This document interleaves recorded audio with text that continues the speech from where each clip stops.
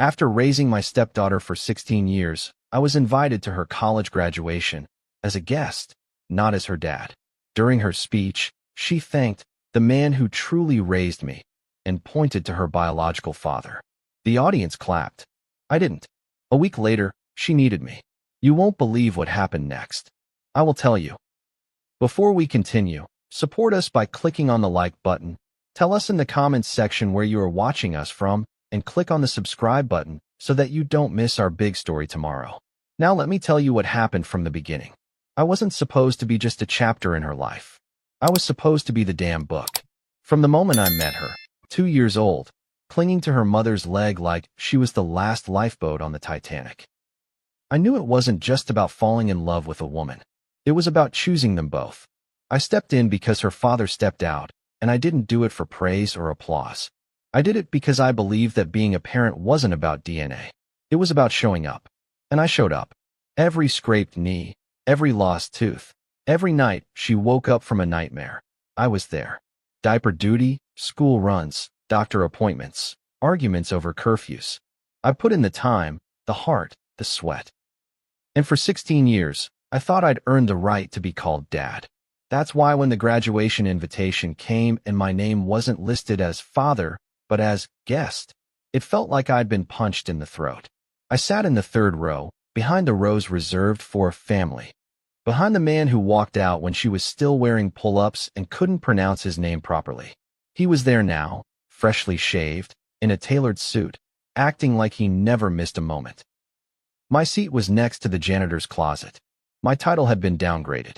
And still, I smiled politely at people I didn't recognize because I didn't want to make her day about me.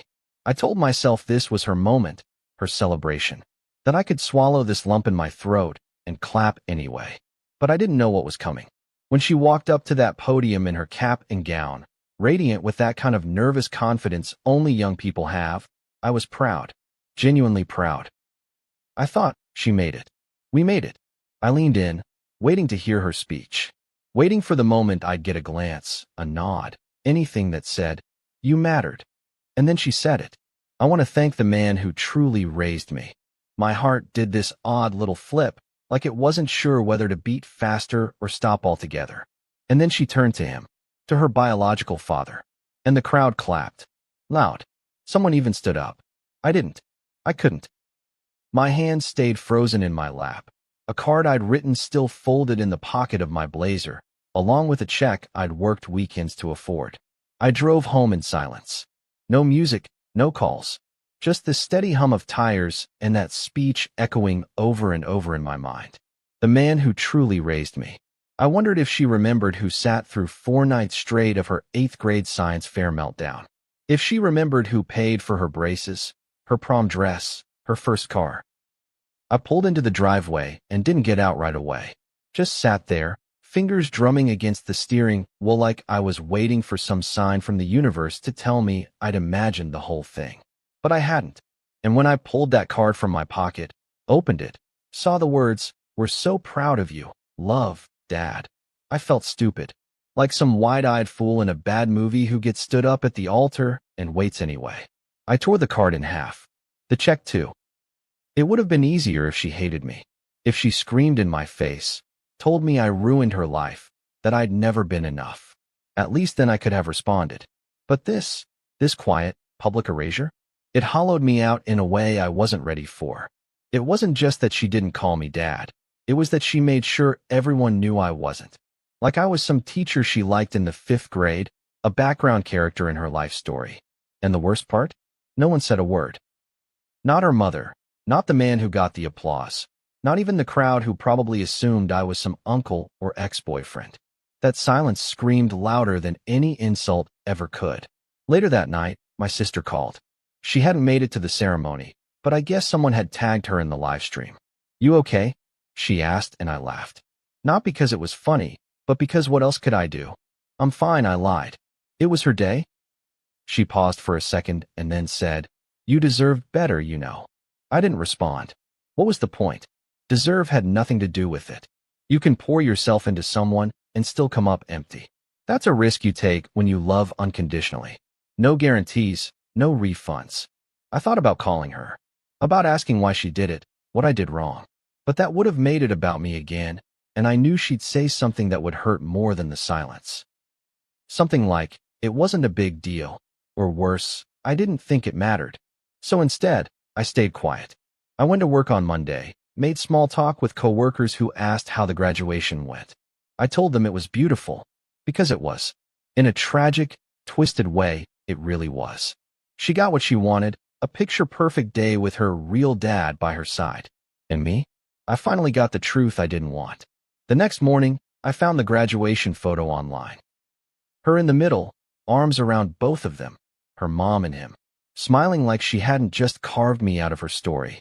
I stared at it for a long time, not because I wanted to torture myself, but because I needed to see it, to believe it, to let it sink in. She'd made her choice, and maybe she had the right to, but I had the right to feel it. The strangest part was how quickly life returned to normal, at least on the outside. Monday came like it always does, bitter and early. The coffee tasted the same. The emails still piled up. I nodded at my boss in the hallway and told a client I'd circle back by end of day. But under it all, there was this heavy quiet in me, like someone had packed my chest full of wet cement. I kept seeing her face at the podium, lit with pride. I'd memorized the rhythm of her words, the way her voice swelled when she said, "The man who truly raised me." I didn't need to remember it. It was branded into me. I had always believed that showing up day after day was enough. That loyalty earned love. But maybe all I'd been was a seat filler, a placeholder dad until the original made his way back to the table. I started remembering all the little things that seemed insignificant at the time, moments I'd brushed off because I didn't want to see them for what they were. Like the way she'd post pictures on Instagram and tag her mom and bio dad, but never me. Or how she'd call when she needed something, but never just to talk. I thought that was just part of growing up, that all kids became distant at some point. But now I wondered if I'd been losing her long before that graduation speech. Maybe I'd been holding on to the idea of being her father more than the reality of it. That thought sat with me like a bad taste I couldn't wash out, no matter how much I tried. I wasn't angry at first, not in the way most people think of anger. With yelling, doors slamming, fists clenched. No, it was quieter than that. It was anger with its shoes off, settled in for a long stay. I kept telling myself that she was young, that maybe she just didn't know how deep the cut was. That people sometimes forget to thank the ones closest to them because they assume they'll always be there. But that excuse started to rot the more I turned it over. Because she didn't just forget me. She replaced me, and she did it publicly. That wasn't ignorance. That was a choice. 3 days after the ceremony, I opened Facebook and saw the tagged photos. She was front and center in every one, grinning with her friends, her cap tossed in the air, arms wrapped around her father like they'd been inseparable. The caption on one read, "So proud of this journey with the man who's been there through it all." Through it all. I laughed out loud. It was short and sharp, almost bitter. That man hadn't been there when we were eating ramen for dinner 3 nights in a row. He wasn't the one who drove across town at 11 p.m. because she left her project at home. He didn't teach her how to parallel park or sit through 4 hours of dance recitals with a cramp in his leg. That man didn't know the name of her 4th-grade teacher. But now he was the hero of her story. My sister, Lena, came by later that night. She had missed the ceremony because her youngest had a fever, but she'd seen the speech online. She let herself in like she always did, dropped her purse on the kitchen counter, and gave me a look I'd known since we were kids. "You okay?" she asked, her voice soft but not pitying. I nodded once, then again, too fast to be convincing. She didn't buy it. "You want to talk about it?" I didn't answer right away. I just handed her my phone, already open to the video. She watched in silence.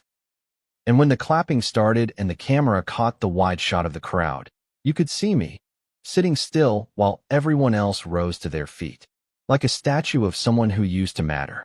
"She really said that," Lena whispered, eyes still on the screen. "Damn." "Yeah," I said. "She did." Lena put the phone down. "I'm sorry. That was cold. You didn't deserve that." That's when I cracked a little. "What did I do wrong, Lena? I gave everything I had. Every damn thing." "You didn't do anything wrong," she said. "But maybe she needs to learn who's actually dependable." That sentence landed hard. It made sense, but it also made me feel like a fool. Like I'd spent years building something out of love only for it to be mistaken for obligation.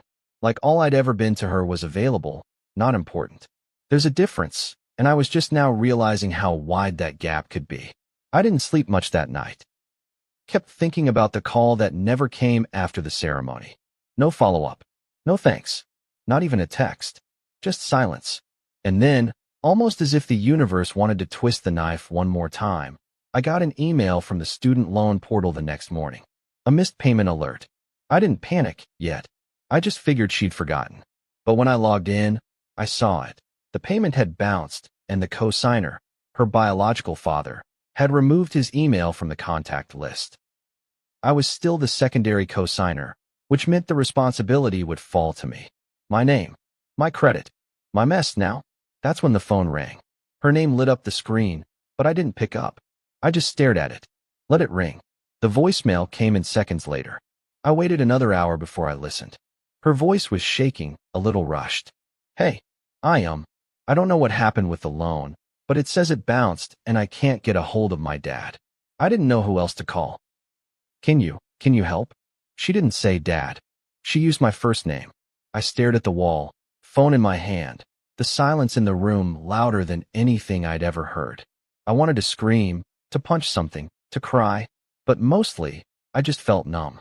After 16 years, I was now the safety net she hadn't even bothered to thank.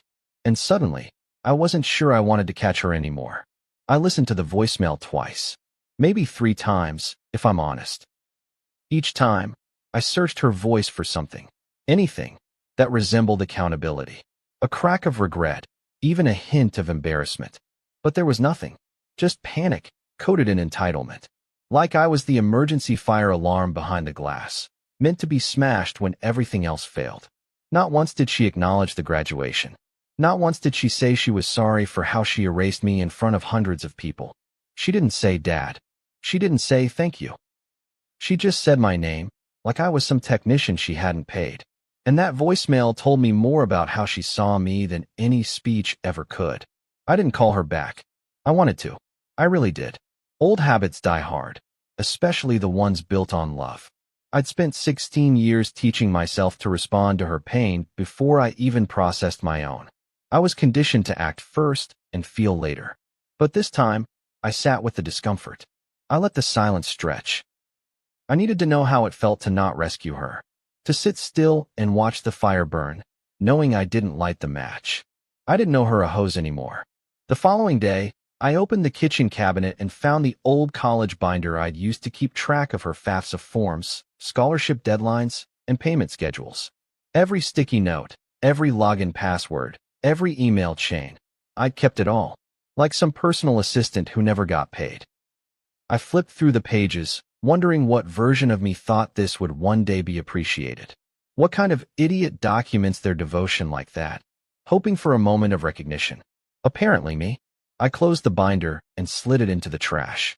Felt like a small funeral. Later that afternoon, Lena came by again. She had a way of showing up when I didn't want company, but needed it anyway. She walked in with iced coffee and didn't say a word for the first 10 minutes. Just sat on the edge of the couch, tapping her thumb against the lid. Eventually, she asked, "She called back?" "No," I said. "Just the voicemail." "She asked for help?" "Yeah." "She apologized?" "No." That was all we said for a while.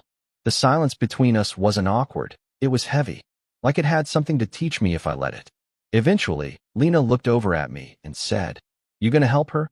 I leaned back, rubbed my face. "I don't know. I feel like if I do, I'm telling her it's okay. That she can keep stepping over me like I'm a damn doormat, and I'll still show up with my wallet open and my mouth shut." Lena didn't disagree. She just nodded. "It's not just about the loan, is it?" "No," I said. "It's about finally realizing I'm optional in her life.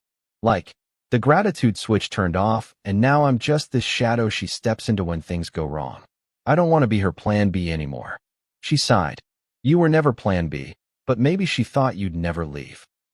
And that's the thing, I never planned to. I signed up for the long haul. I walked into her life knowing I'd never hear the word dad from biology, but hoping I'd earn it through consistency. And for a long time, I thought I had. But consistency without respect is servitude. And that's not love. That's a trap. That night, she texted, "Hey, just checking if you got my voicemail. Let me know." The payment's still bouncing and my dad's not answering. Still no apology. No reflection. Just another rope tossed from the sinking ship. She assumed I'd catch it. Maybe I always had before. But something in me was different now. I typed out a response. "I got your message. I'm not able to help this time." Then I deleted it. Not because it wasn't true, but because it was too kind. Too easy. I needed her to feel the void. So instead, I said nothing. The next morning, I opened Instagram. I shouldn't have. I knew better. But I looked anyway. She had posted a story. Just a black screen with white text that read, "Crazy how people switch up on you when you need them." No mention of me, no names. But it was obvious. I was the villain now. The one who switched up. Not the man she humiliated publicly. Not the man who held her world together in quiet, thankless ways for over a decade. But the man who didn't rush to solve her emergency when her fallback plan fell through. The irony was poetic. I closed the app and tossed my phone onto the couch like it was something dirty. The anger didn't come in waves. It came all at once. I stood in the kitchen, hands braced on the counter, and let myself feel every inch of it. The years I spent budgeting to make her tuition work.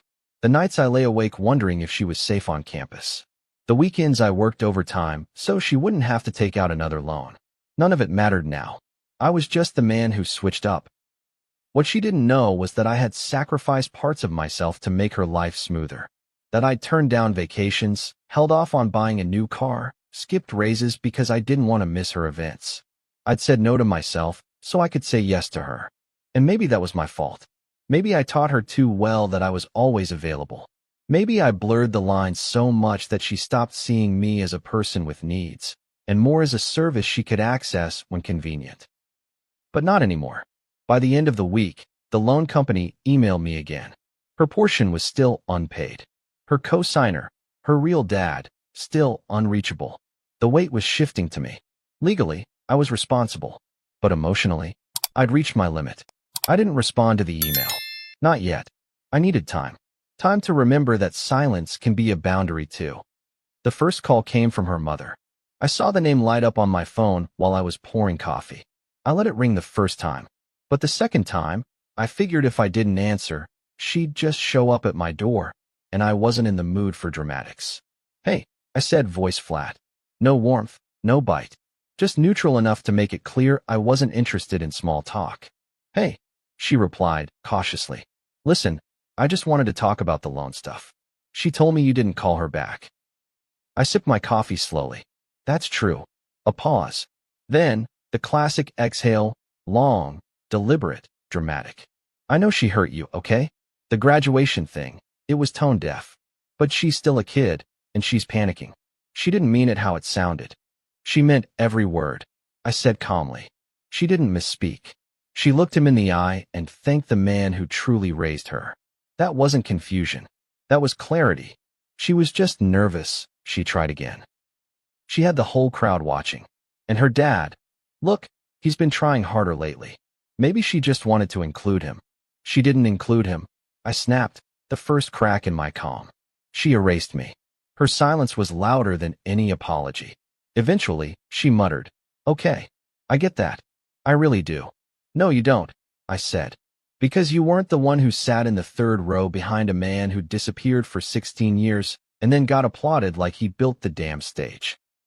You weren't the one who held her hair back when she had the flu in 10th grade, or taught her how to file taxes, or talked her down from a panic attack before her SATs. I was there," she said, voice rising now. "I know you were," I said. "But I was there too. And I got demoted to guest because she wanted a photo op." I ended the call before either of us said something we couldn't take back. I stared out the window for a long time afterward, watching the wind tug at the branches in the yard. My hands were shaking, not from anger, but from this kind of emotional vertigo. Like my entire role in her life had been flipped upside down, and I was still waiting for gravity to kick back in. That weekend, I went to the grocery store like I always do. Normal errands. Normal lists. But somehow, the checkout girl had seen the graduation speech. Turns out she was dating someone in her class. "Was that you in the third row?" she asked. "She's your daughter, right?" I didn't answer. I just gave a tight smile and swiped my card. I was becoming a ghost in the story I helped write. Then came the escalation. Monday morning, I got an email from the financial office. The full payment hadn't been made, and because her original co-signer had withdrawn, the full responsibility now defaulted to me. The tone was sharp, professional, but cold, like I was just another account number on a spreadsheet. I called the contact number listed and spoke to a representative who explained, without any emotion, that if payment wasn't received by the end of the week, it would impact my credit score. I hung up and stared at the wall for a long time. It wasn't about the money anymore. It was about the gall, the boldness to dismiss me publicly, then lean on me privately. That's what burned the most. Not the bill, but the belief that I would always say yes. She showed up the next day. No text, no warning, just a knock at my door around 7:15 p.m. I opened it and saw her standing there, hoodie sleeves pulled over her hands, eyes red. She looked tired, but I didn't soften. I couldn't. Not yet. "I'm sorry for just showing up," she said. I nodded once. Didn't invite her in. She glanced at the ground. I didn't know where else to go. "Have you tried the man who truly raised you?" I asked. She winced. "I deserve that." "Yeah," I said. "You did." "I screwed up." "You think?" I was nervous. I wanted him to feel like he mattered. And I didn't. She didn't answer. I stepped outside and closed the door behind me. We stood on the porch like two strangers negotiating a ceasefire. "You used my name on that stage like I was a family friend," I said. "You looked right at me and skipped over me like I hadn't spent half my life investing in you." "I didn't mean to hurt you," she whispered. "But you did." A long silence passed between us. She finally looked up. "I need help." "I know," I said. "But here's the thing. You don't get to rewrite history and still expect me to foot the bill." Tears welled up in her eyes. "Please. I'm not punishing you," I told her. "But you need to understand something. Love isn't unconditional when it comes to respect. I can forgive a mistake. But what you did wasn't a mistake. It was a statement." She covered her mouth like she was trying to stop the sob from escaping. "I'll pay what I legally have to," I said. "But I won't cover anything more. I'm not your safety net anymore." She cried quietly. Not loud, not dramatic. Just slow tears down a tired face. Before she walked away, I added, "And next time you get up to thank someone for raising you, maybe remember who stayed when no one else did." I didn't watch her walk down the steps. I just went inside and locked the door. The next morning, I opened the letter I had been avoiding, the one from the loan service, stamped in red with words like urgent and final notice. It wasn't just numbers. It was a weight, a cold reminder that even silence has a price. According to the terms, I was responsible for a significant portion of the balance now that her original co-signer had legally dropped off the agreement. And just like that, her father had vanished again. Clean, no traces, no consequences. I was the one left holding the bag, the same way I had when she was 6 and her fever spiked at midnight, and I had to carry her down 3 flights of stairs because her mother was asleep. Back then, the weight had felt worth it. Now it just felt heavy. I spent the day on the phone, calls with financial advisors, calls with the loan office, calls with legal services to see if there was any way to dispute being stuck with this burden. There wasn't. I had signed. I had believed. And the law, as always, doesn't care about the story behind the ink. I took responsibility for a child who, when it mattered most, didn't take responsibility for me. That irony landed hard. How easy it had been to write me out of the script, yet how fast I was expected to pay the production costs. I wasn't angry anymore. Just tired. Deep, in your bones tired. The kind that doesn't go away with sleep or coffee or long walks. The kind that only time and truth can touch. That evening, I sat down and did something I hadn't done in years. I wrote her a letter. Not one I planned to send, but one I needed to write for myself. A list, more than anything. Bullet points of memories. Not the big ones, graduations, birthdays, recitals, but the small, forgettable moments that made up our real history. Like when she fell asleep in the car on the way home from middle school, and I parked in the driveway for 30 minutes just to let her rest. Or when she got dumped by her first boyfriend and I stayed up until 2 a.m. baking cookies with her because she didn't want to talk, but didn't want to be alone either. Or the way she used to call me Pops, just to annoy me and then laugh like it was the funniest thing in the world. None of those made it into her speech. Lena came over that night with a bottle of something and 2 glasses. She didn't ask for details, just poured and said, "You gonna be okay?" I nodded. Eventually. "She showed up here?" she asked. "Yeah." And I told her the truth. Lena raised an eyebrow. "Brutal?" "Honest," I said. She sipped.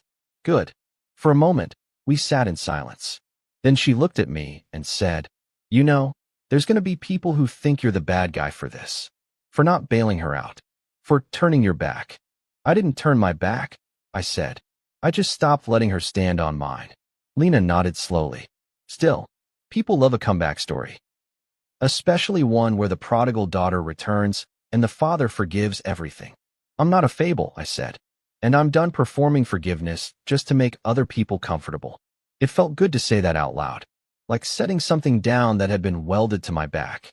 For too long, I had carried the expectation that unconditional love meant unconditional access. But it doesn't. Love has limits. And when those limits are crossed, when your presence becomes a convenience, not a connection, it's okay to stop showing up. The next day, I called the loan office back. I confirmed I would cover the minimum legal portion and requested all further communication go through my lawyer. That word, lawyer, had weight. It wasn't about threats. It was about boundaries.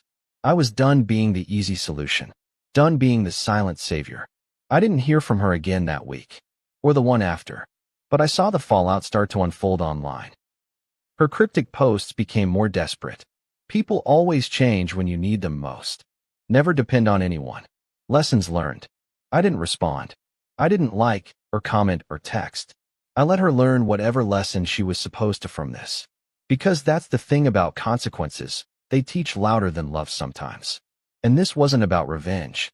It was about truth. Real, raw, uncomfortable truth. Some part of me still hoped she would get it. That maybe, one day, she'd look back and realize what she had said, what she had done, and how deeply it had cut. But I wasn't holding my breath. Hope was a luxury I couldn't afford anymore. I had spent too much of my life hoping she'd see me. And now, I was learning how to see myself without her reflection. I went through the house slowly over the weekend. Not angry, just deliberate. I boxed up the old photos of us. The ones from the science fairs, the beach trips, the Christmas mornings where I wore a Santa hat just to make her laugh. I didn't throw them away. I wasn't bitter. I just couldn't look at them every day and pretend things were still the same. I slid the boxes into the closet in the guest room and closed the door. Out of sight, not out of memory, but out of daily reach. By Sunday night, I felt lighter. Not healed, not whole, but less heavy, like a fever breaking. I cooked dinner for myself, ate in silence, and watched a show I hadn't touched in months. I laughed once out loud. It surprised me. Later, I opened that letter again, the one I wrote to her, and added one more line at the end. "If you ever want to come back, not for money, not for help, but for truth, I'll be here. But not as your fallback. As your father. If that's what you still want me to be." I folded it, tucked it in a drawer. Not everything needs to be sent to be said. There's a strange silence that follows a fallout like this. It's not just the absence of noise. It's the absence of obligation. No buzzing phone. No forwarded tuition notices. No emotional ransom masked as guilt. Just quiet. At first, that silence felt like a punishment. 16 years of fatherhood. All of it erased by a podium and a poorly chosen sentence. But as the weeks passed, the quiet started to feel like clarity. Like space I'd never given myself to feel. I wasn't mourning her absence. I was unpacking the years I spent trying to earn a title she was too willing to take back the second it became inconvenient. I still check my phone more than I wanted to admit. Old reflexes die slow. Every night, I half expected a message. A real one. Not about bills or bounced checks, but something honest. Something like, "I messed up. I see it now." But nothing came. She didn't come. Maybe she was still blaming me. Maybe she wasn't thinking of me at all. But what I realized, what took me too long to realize, is that being needed and being valued aren't the same thing. I had always been needed, but that need disappeared the second someone shinier showed up with a smile and a shared last name. Turns out, love built on loyalty can't survive long when it's not fed with respect. People in our circle started noticing. Friends, old coworkers, even neighbors who'd watched her grow up from a distance. A few reached out with cautious texts, the kind that dance around the subject but land close enough to bruise. Saw the graduation photos, everything okay? I didn't answer most of them. Not because I was ashamed, but because I was finally out of explanations. I didn't want to relive the story. I didn't want to justify why I'd stepped back.